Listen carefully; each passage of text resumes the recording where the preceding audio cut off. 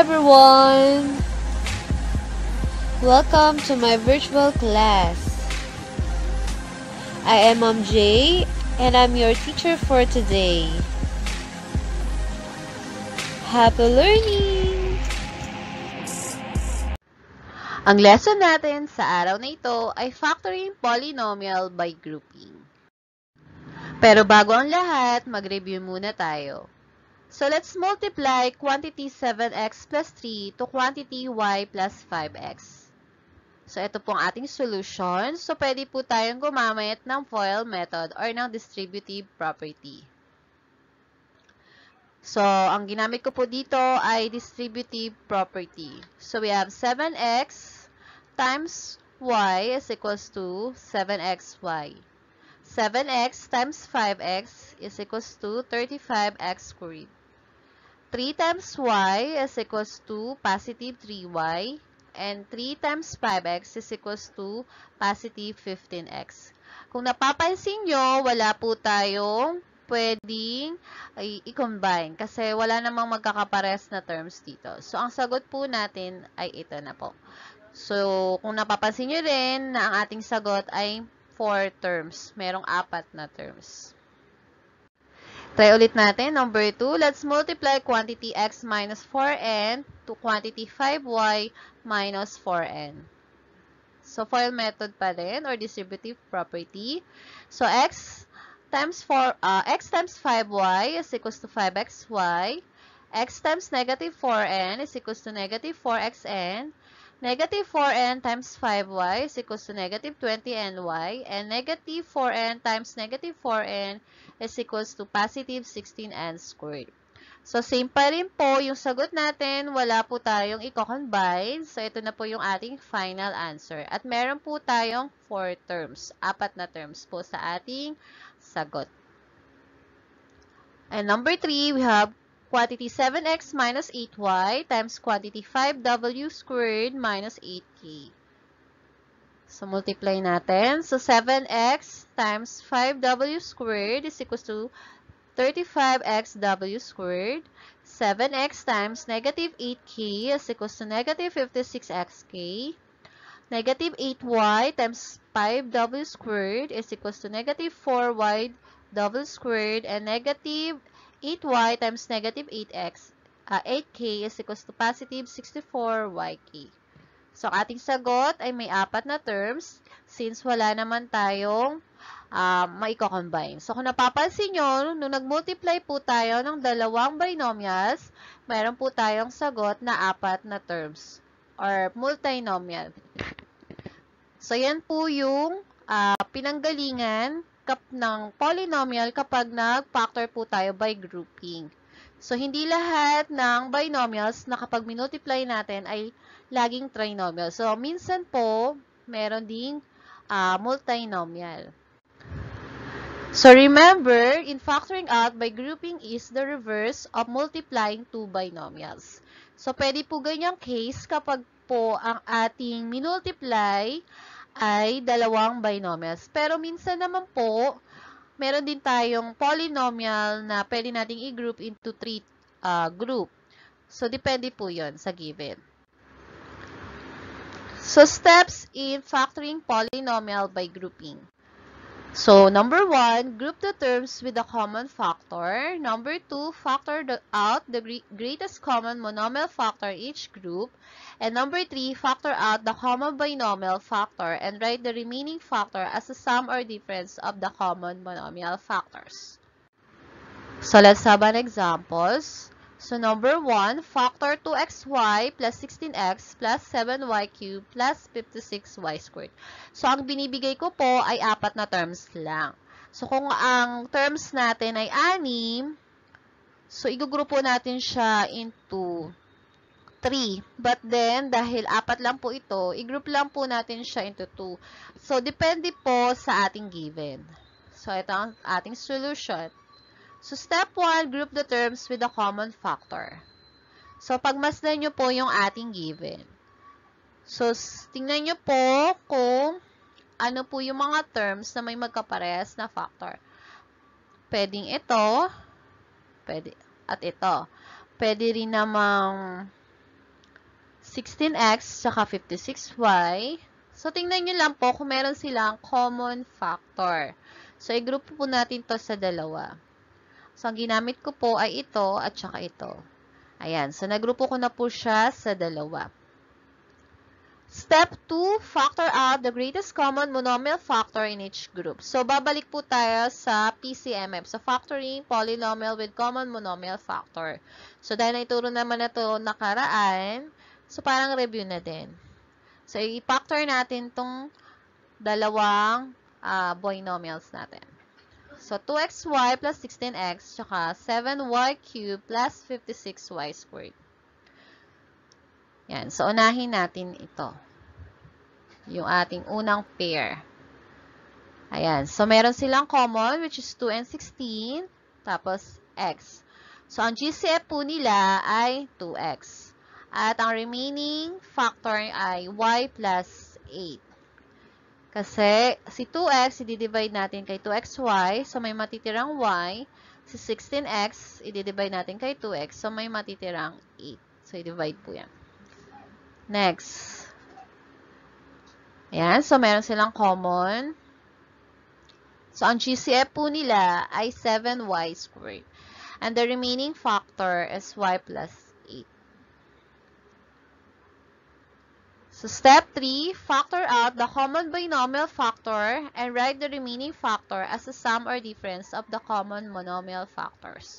So, ito po yung common nila. So, isusulat na natin siya as one of the factor.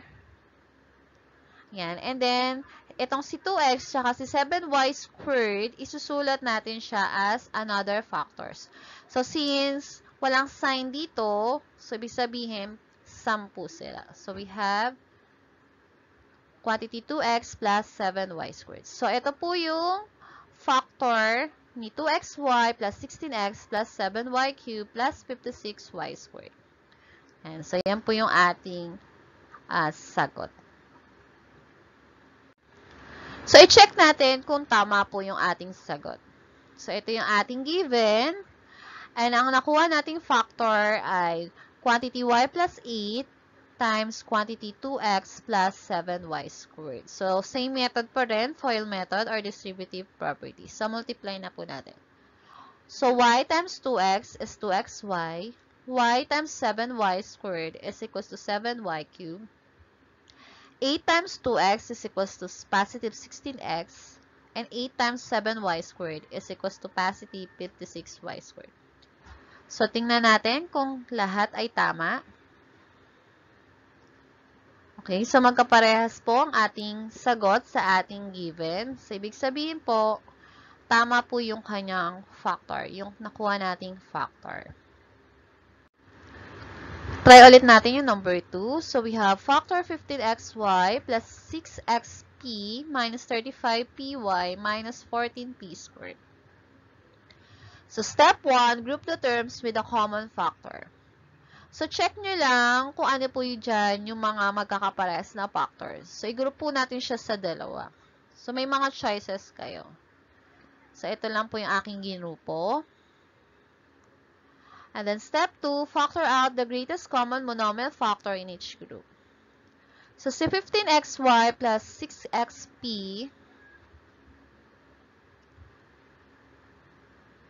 so, meron siyang factor na 3x times quantity 5y plus 2p. Yan.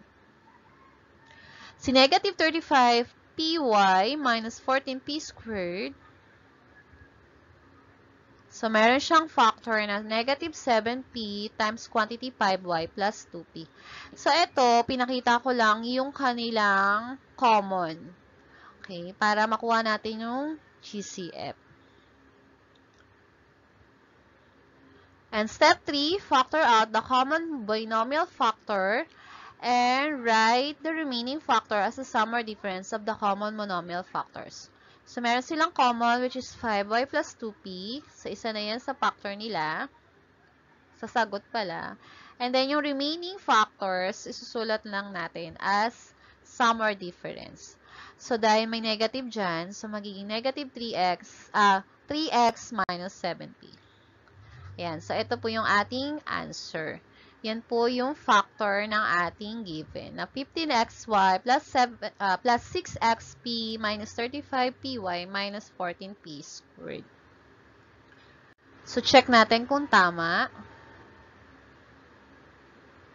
So, ito yung nakuha nating sagot. So, i-multiply natin. So, 5y times 3x is equals to 15xy. 5y times negative 7p is negative 35py. 2p times 3x is positive 6xp. And 2p times negative 7p is equals to negative 14p squared. So, compare po natin kung lahat ay nandoon. Okay, tama naman po. Sabi-sabihin, yung sagot po natin ay tama. Number 3. Factor 28ab minus 24a plus 7b minus 6. So, una, group natin yung terms with a common factor. Yan. So, may mga option po kayo, ha. So, ito yung aking ginamit ng unang grupo. Yan. So, yan po yung aking pairing. So, sa una, so step 2 muna, factor out the greatest common monomial factor in each group. So, kunin natin yung factor ni 28ab plus 7b at negative 24a minus 6. Ayan. Ayan, may solution pa ako para makita nyo na meron silang common. So, ang kanyang factor ay 7b times quantity 4a plus 1. At si negative 24a minus 6, may factor na negative 6 times quantity 4a plus 1. Step 3, factor out the common binomial factor and rewrite the remaining factor as a sum or difference of the common monomial factors. So, ito yung common nila. So, isa na yan sa factor ng ating, given. So, we have quantity 4a plus 1 and then yung natira, another factor niya. And quantity 7b minus 6. So, ito po yung sagot. Ayan. So, ito po yung factor ni 28ab minus 24a plus 7b minus 6. So, quantity 4a plus 1 times quantity 7b minus 6. So, checking. Palabasin natin na ang apat na terms na to mula sa ating sagot. No, quantity 4a plus 1 times quantity 7b minus 6. So, multiply natin. So, 4a times 7b is 28ab. 4a times negative 6 is negative 24a. 1 times 7b is equals to 7b. And 1 times negative 6 is negative 6. So, check natin. Ayan. So, tama po yung ating sagot. Number 4, factor 21ab minus 7a squared minus 12b cubed plus 4b squared a. So, solution. So, step 1, group the terms with the common factor. Ayan. So, yan yung ating mga terms na may magkaparehas na factor. Step 2, factor out the greatest common monomial factor in each group.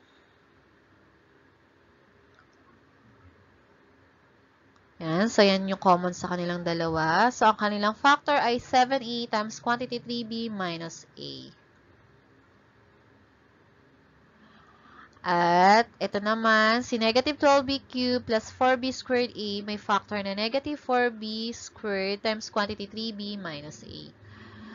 Ayan. So, may common na sa kanilang factor. May naiwan pa pala. Step 3, factor out the common binomial factor and write the remaining factor as a sum or difference of the common monomial factors. So, ang sagot niya ay quantity 3b minus a times quantity 7a minus 4b squared. So, yan yung ating factor. So, ang goal lang po naman natin dito sa factoring polynomial by grouping terms or by grouping, kailangan lang po kasing makakuha tayo ng isang binomial na magkaparehas sila. Kasi yun yung magiging unang factor ng ating given. And then, yung mga natira, ipagsasamahin lang natin or isusulat lang natin as another factor ng ating given. So, yun yung goal nyo rito sa factoring polynomial by grouping terms. Kaya tayo nag-group kasi nga, kailangan meron tayong mapalabas na factor na kung saan may magkaparehas sila, parehas sila. Ayan. Kapag wala kayong naipalabas na magkaparehas sila, kailangan nyo ulit pumili sa ating mga terms na merong tayong may papalabas na common sila. Ayan. So, sana naintindihan nyo itong factoring polynomial by grouping. So, yun lang naman yung concept niya. So, ito yung checking natin. So, ganun pa rin, multiply. Ayan. So, kaya tayo nag-checking to make it sure na yung ating sagot or yung ating nakuhang sagot ay tama. So, kapag napalabas nyo lahat ng terms dun sa ating given, tama po yung sagot nyo. Ayan. So, kayo naman, subukan nyo to. So, activity tayo. So, 5 lang yan. So, ganun lang din. So, dahil tiga-4 lang naman yan na terms, so, igrupo nyo lang siya sa 2. Ngayon, siguraduhin nyo na kapag ginrupo nyo siya sa 2, meron silang magkakaparehas na terms.